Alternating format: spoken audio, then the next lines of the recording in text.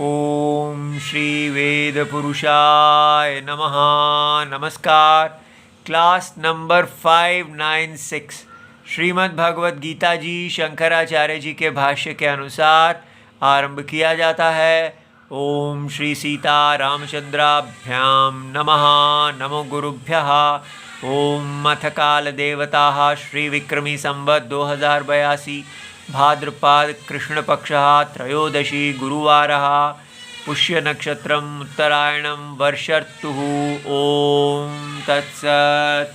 श्री शंकराचार्याय गुरवे नमः। शुचौ देशे प्रतिष्ठाप्य स्थिरम् आसनमात्मनः नात्युच्छ्रितं नातिनीचं शैलाजिनकुशोत्तरम्। अध्याय नंबर 6 और श्लोक नंबर 11 और पुस्तक है Gita Press Gorakhpur, book number 10, Shankaracharya ji के भाष्य वाली पुस्तक। अच्छा जी, तो अब भगवान धीरे धीरे क्रम से हमें कर्म ध्यान योग के सारे लक्षण बताने लगे। तो हमें याद रहना चाहिए कि कहाँ से हमें शुरू किया था। हमें बताया गया कि वेद वैदिक कर्म बताते हैं। वो वैदिक कर्म वर्ण और आश्रम के अनुसार होते हैं। वो सामान्य और विशेष धर्म के रूप में होते हैं। किसी को ब्राह्मण कर्म करना होता है, किसी को क्षत्रिय कर्म इत्यादि, ये विशेष धर्म है। और सत्यवदन इत्यादि वो सामान्य धर्म है। इस प्रकार सब अपने अपने विशेष और सामान्य धर्म में ही जन्म लेते हैं। उस नित्य कर्म को जो आपको करना ही है, जिसमें आपका कोई विकल्प नहीं है, वो नित्य कर्म जो है उसको जो करता है उसको यहाँ पर कहा गया है वो कर्मी है। और इसी के साथ साथ काम्य कर्म भी है। तो कर्मी जो है वो अपने कर्मों को उच्च गति की प्राप्ति के लिए करते हैं। कर्मयोगी वैराग्य को प्राप्त हो जाते हैं और कहते हैं कि उच्च गति तो करोड़ों अरबों जन्मों से चल रही है, लेकिन बार बार हम वापस इसी संसार के अंदर ही शरीर प्राप्त कर रहे हैं। तो वो उनको उपाय दिया जाता है कि आप अपने मन को, अपने चित्त, अपने अंतःकरण को अनुकूल बनाइए। ये अंतःकरण के अंदर विक्षेप, अपने विषय से, आत्मा से भटक जाने का दोष है और निद्रा, सो जाने का दोष है। इसलिए ये अंतःकरण का ये जो दोष है, इसको दूर करने के लिए आप कर्म योगी हो जाइए। अपने वैदिक कर्म का त्याग ना कीजिए और केवल फल का त्याग कर दीजिए, संकल्प का त्याग कर दीजिए। संकल्प होता है कि मुझे इस संसार में साधन और साध्य रूप ये संसार है। कर्म साधन है और उसका फल, ये कर्म और फल का जो संबंध है, इससे कोई फल की इच्छा नहीं है। ये कर्म मेरे लिए कोई भी इष्ट शरीर नहीं पैदा कर सकता, क्योंकि शरीर ही अनिष्ट है। तो कर्म तो शरीर पैदा करता है।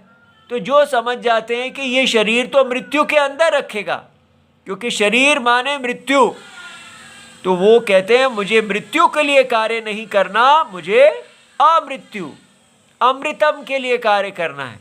तो कर्म योगी केवल ईश्वर की आराधना करते हैं। वो हर कार्य भगवान की आराधना के लिए, वेद में कहे हुए कार्य को भगवान की आराधना के लिए करते हैं, उन्हीं को अर्पण करते हैं। ऐसा करने से उनके अंदर भगवान के प्रति अविचल निश्चल प्रीति उत्पन्न हो जाती है। आत्मा ही प्रेम का सबसे शुद्ध स्थान है। आत्मा के प्रति प्रेम स्वाभाविक है, लेकिन अनात्मा के प्रति प्रेम केवल माया मोह है।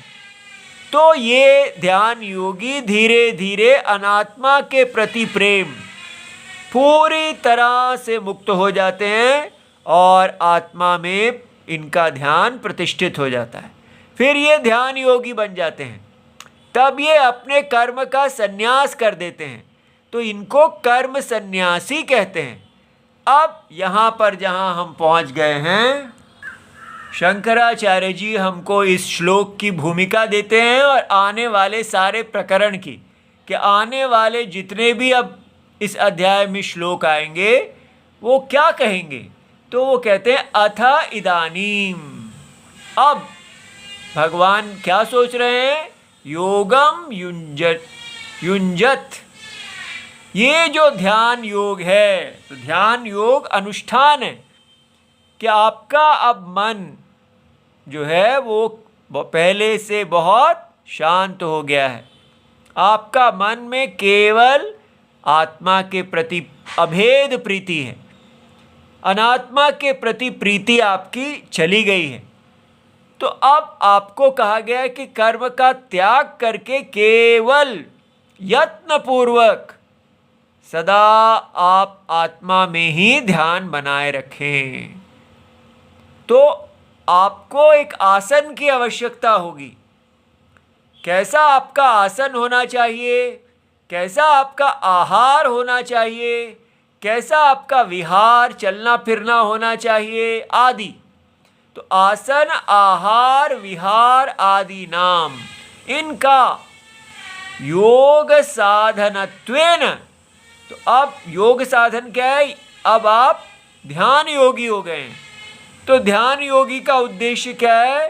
कि आपका कर्म योग के फल को आप प्राप्त हैं। तो पहली स्टेज आप पार कर चुके हैं।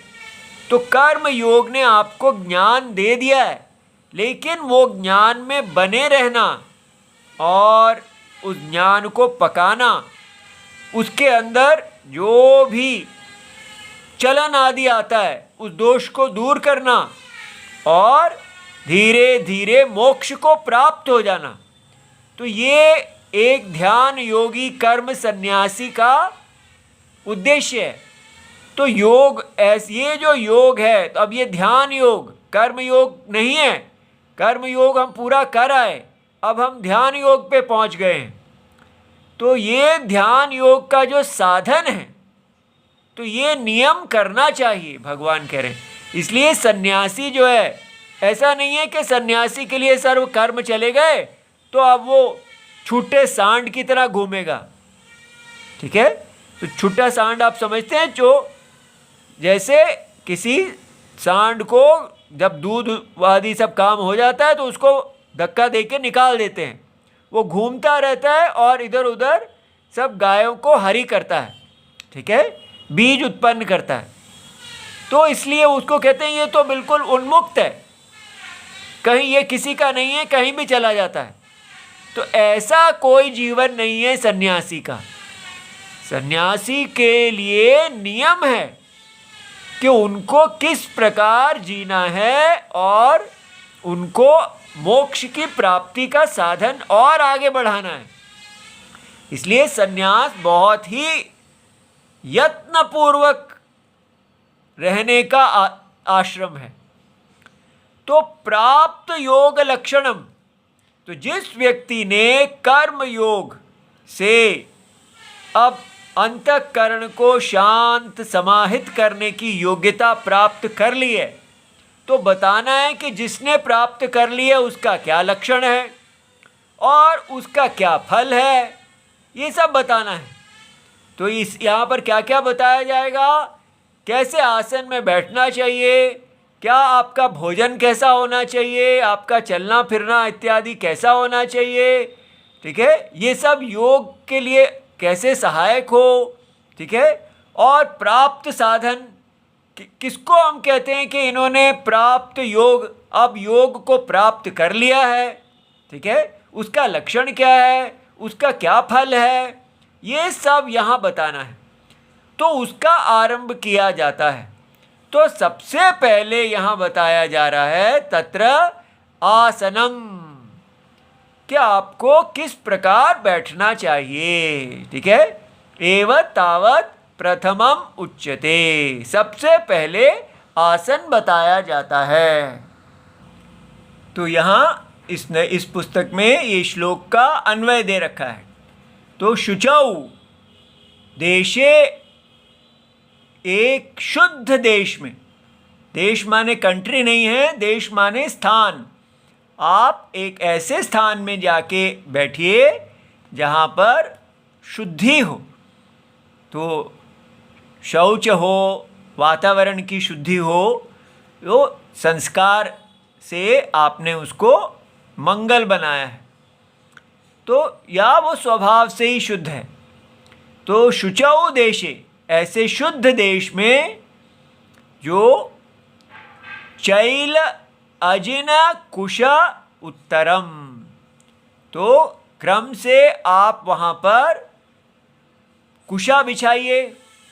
तो कुशा जो है वो कुशा जैसे घास होता है सूखा हुआ, तो विशेष प्रकार का है। और मृग चर्म, उसके ऊपर अजिन, अजिन माने हिरन का आप जो छाल है, उसकी जो स्किन है, चर्म है, उसको आप बिछाइए और उसके ऊपर आप वस्त्र बिछाएं।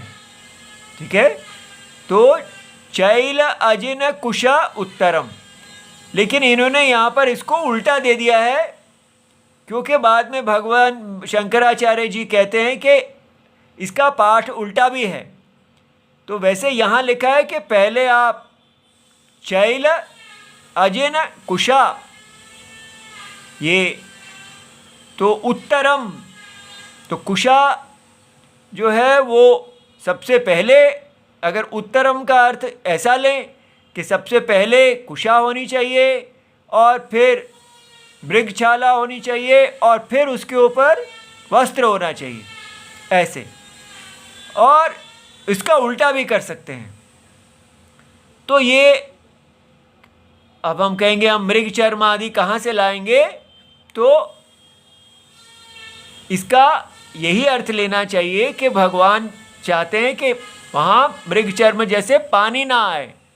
आप ऐसी जगह पे बैठे, भूमि पे बैठते हैं तो नीचे से नमी इत्यादि आती है, तो हो सकता है नमी इत्यादि को रोकने के लिए इसको कहा गया है।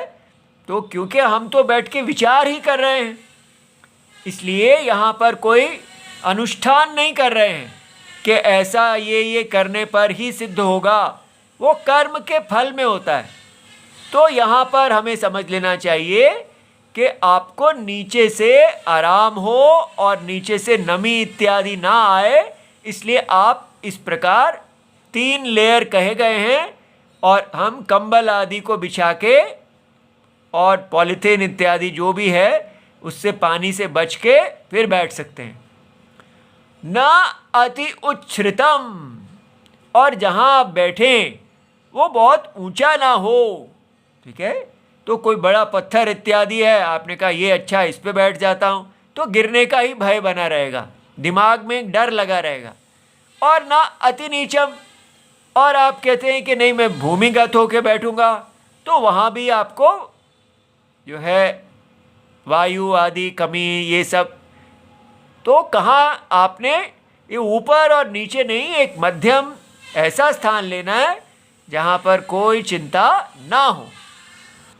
और ऐसे स्थान पर आत्मनः, अपने आसनम, आसन को स्थिरम, स्थिर प्रतिष्ठाप्य, स्थिर करके।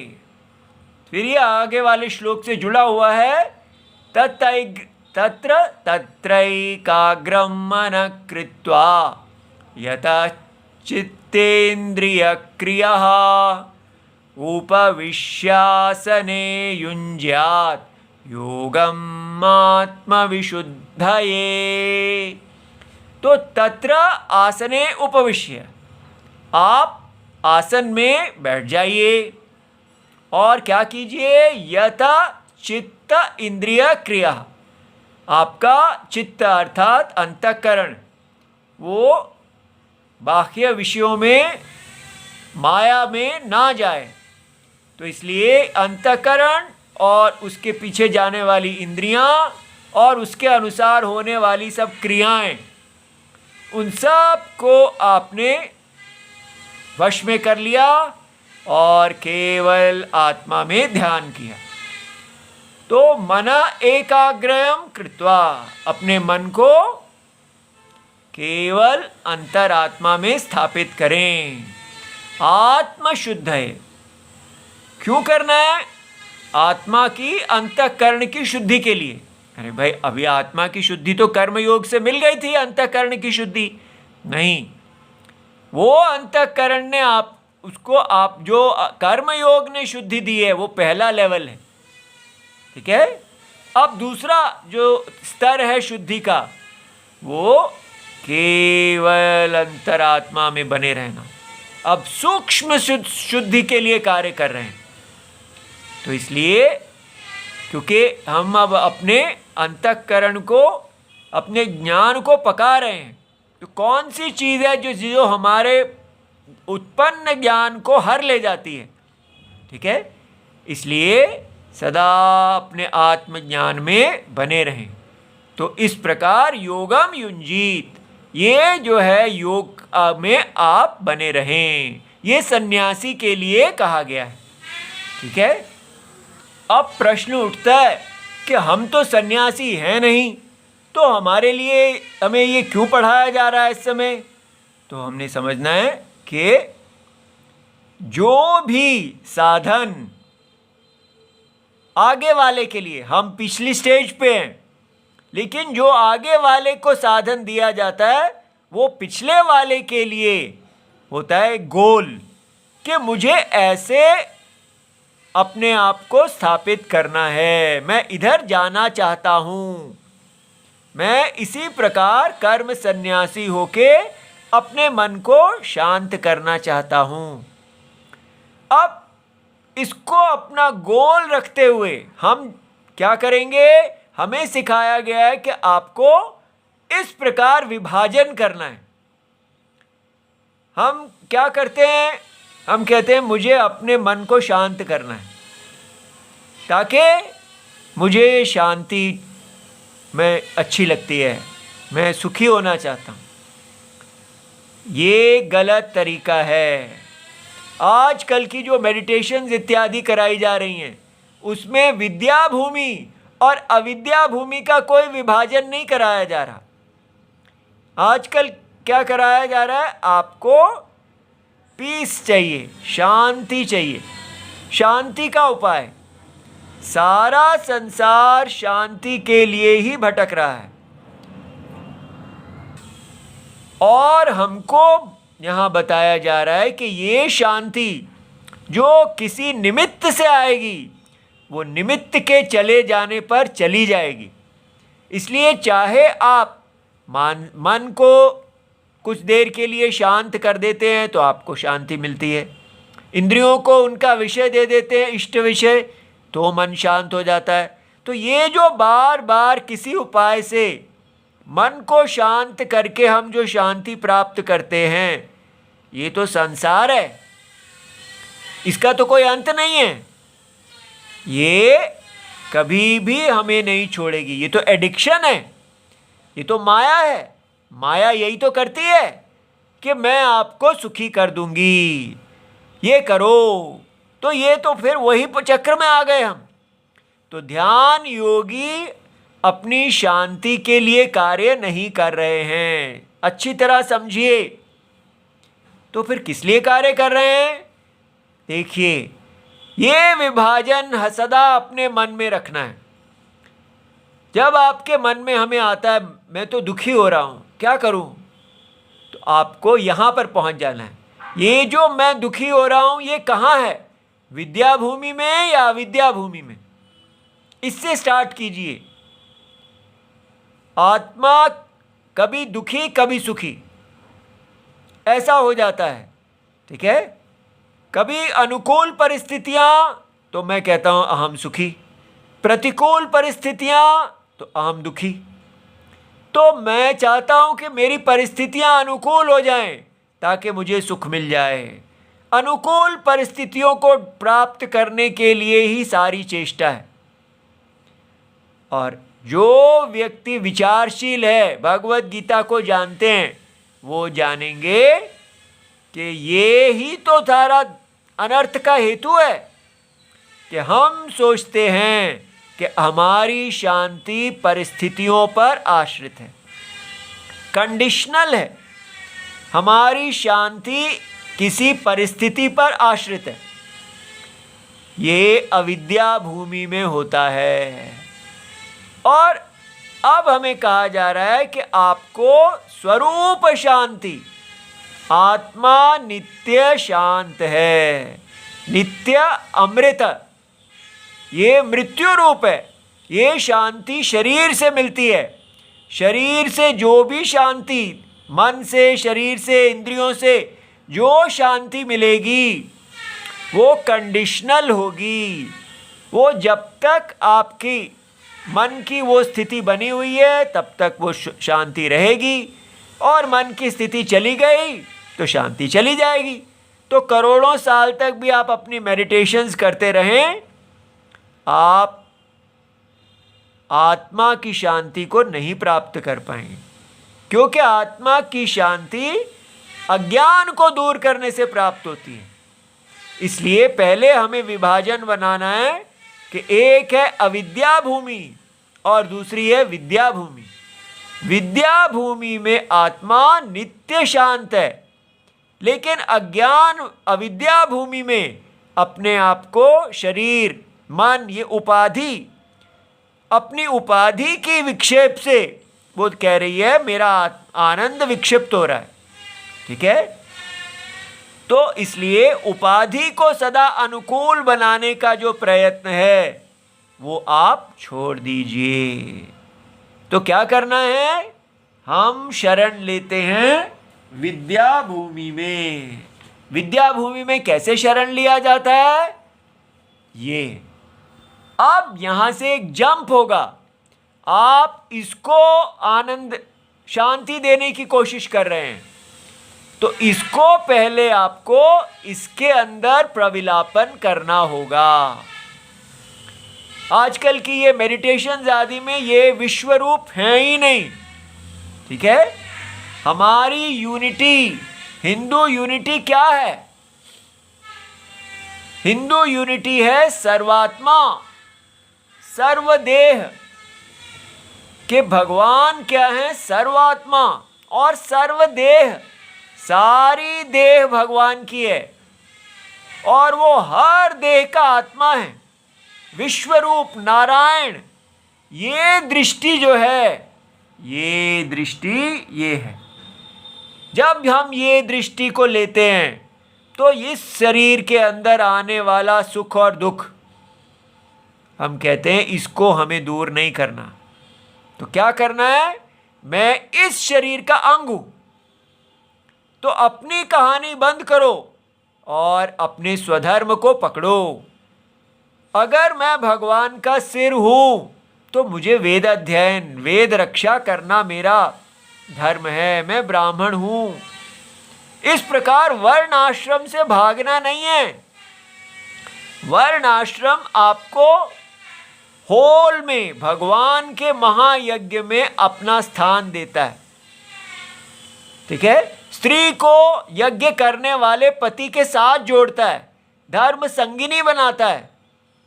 इस प्रकार हमको अपने मन को सदा likes and dislikes, my body करना बंद करके होल, भगवान विष्णु का शरीर में हमने अपने आप को घोलना है।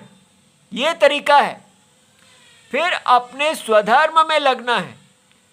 तो स्वधर्म का मतलब ये नहीं है कि इसको सुखी करना, स्वधर्म का मतलब है इनको सुखी करना। ये हिंदू यूनिटी है। चाहे कोई साउथ इंडिया का हो, नॉर्थ इंडिया का हो, ईस्ट इंडिया का हो, वेस्ट इंडिया का हो, सेंट्रल इंडिया का हो, कहीं का भी व्यक्ति होगा, वो सब क्या कहेगा? भगवान नारायण को नमस्कार।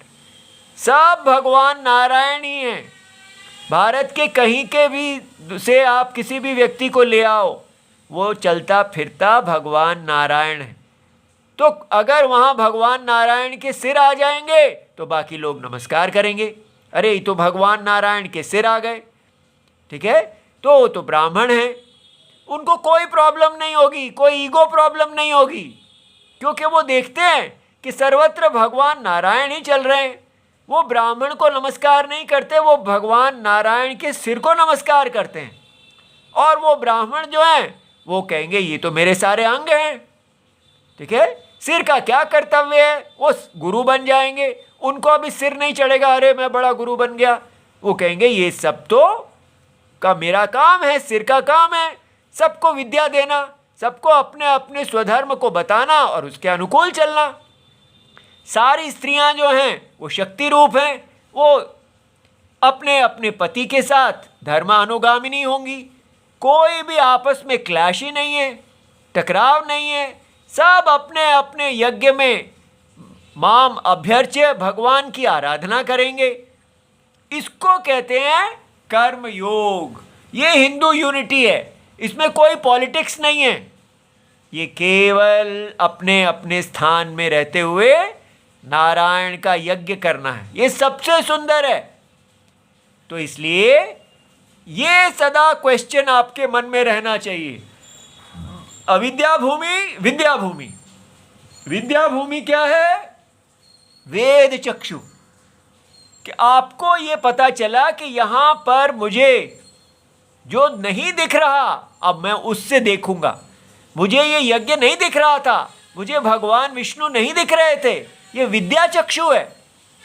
तो विद्या भूमि में आपने भगवान विष्णु को देखा और अपने स्वधर्म को देखा और अपने स्वधर्म से भगवान की आराधना करने लगे। बहुत कष्ट है, ये कर्म योग है। इस कर्म योग ने आपको पकाया और आपको धर्म ध्यान योग के योग्य बनाया। ये बात समझ में आ रही है? इस प्रकार ये हिंदुइज्म है, ये तपस्या है, इसको ग्रहण करना है। और अब यहां पर ये जो श्लोक आया कि आप जब कर्म योगी आप नहीं रहें, ध्यान योगी हो जाएं तो ऐसे बैठें। लेकिन ये कहा है कि एकदम नहीं होता है, तो हम जब अपना कार्य नहीं कर रहे हैं तो हमको इस प्रकार बैठना चाहिए, चाहे हम कर्म योगी भी हैं। तो इसलिए ऐसा कोई जंप नहीं है। अगर आप अपने कर्म में लगे हुए हैं, भगवान की आराधना, जब आप बैठें तो इस प्रकार भगवान के तत्व का ध्यान करें, ठीक है, भगवत गीता के सारे स्वरूप को जानें। तो क्या बताया भगवान ने यहाँ? शुचौ, शुचौ माने शुद्धे विविक्ते, सबसे अलग। तो एकांत में आपको बैठना चाहिए जहाँ, लेकिन आजकल ऐसी जगह नहीं मिलती।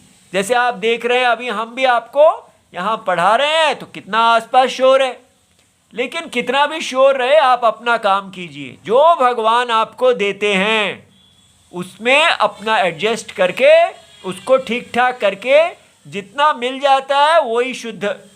सब लोग एकदम कहेंगे जब तक शुद्ध स्थान नहीं मिलेगा मैं नहीं बैठ पाऊंगा, इसकी आप आशा करें, जो मिल जाए उसमें संतोष कर लें, ठीक है। तो ऐसे विविक्त अलग हुए देश में, तो अर्थात अपने कमरा इत्यादि में जो साफ सुथरा है स्वभावतः, अब भगवान कह रहे हैं कुछ स्थान होते हैं जो स्वभावतः सुंदर होते हैं, शुद्ध होते हैं, जो जैसे नदी के पास हैं या आप हिमालय इत्यादि में किसी तीर्थ में, या संस्कारतः, या आप वहाँ पर आवाहन करते हैं कि हे भगवान हिमालय आप मेरे कमरे में आ जाएं और मेरे कमरे को शुद्ध कर दें, ऐसा। तो ऐसे देश में आप बैठें, प्रतिष्ठाप्य अपने आप को कैसे, स्थिरम अचलम, चलन ना हो। तो और क्या करें? आत्मनः आसनम, अपने आसन को जो न उच्छ्रितम, जो ज़्यादा ऊंचा ना हो, न अतीव उच्छ्रितम, ना अपि अति नीचम, ना वो बहुत नीचा हो। तो चैल अजिन कुश उत्तरम, तो इसलिए चैल माने कपड़ा और अजिन अर्थात उसमें मृगचर्म और कुशा च उत्तरे, तो उसको आप क्रम से रखिए। कपड़ा आप सबसे ऊपर रखिए, फिर मृगचर्म रखिए और उसके नीचे कुशा रखिए। च उत्तरे यस्मिन, ऐसा आसन आप बनाइए। तद आसनम, उस आसन को चैल अजिन कुशन उत्तरम कहते हैं। और भगवान कहते हैं पाठ क्रमाद विपरीतः, कुछ ऐसी भगवत गीता हैं जहाँ पे इसके क्रम को उल्टा भी बताया गया है। तत्र क्रम चैलादि नाम, ऐसे बैठना चाहिए। ठीक है, तो अगले श्लोक को कि फिर उसके बाद बैठ के क्या करना चाहिए वो कल हम देखेंगे। ठीक है, ओम नमो भगवते वासुदेवाय, प्रणाम।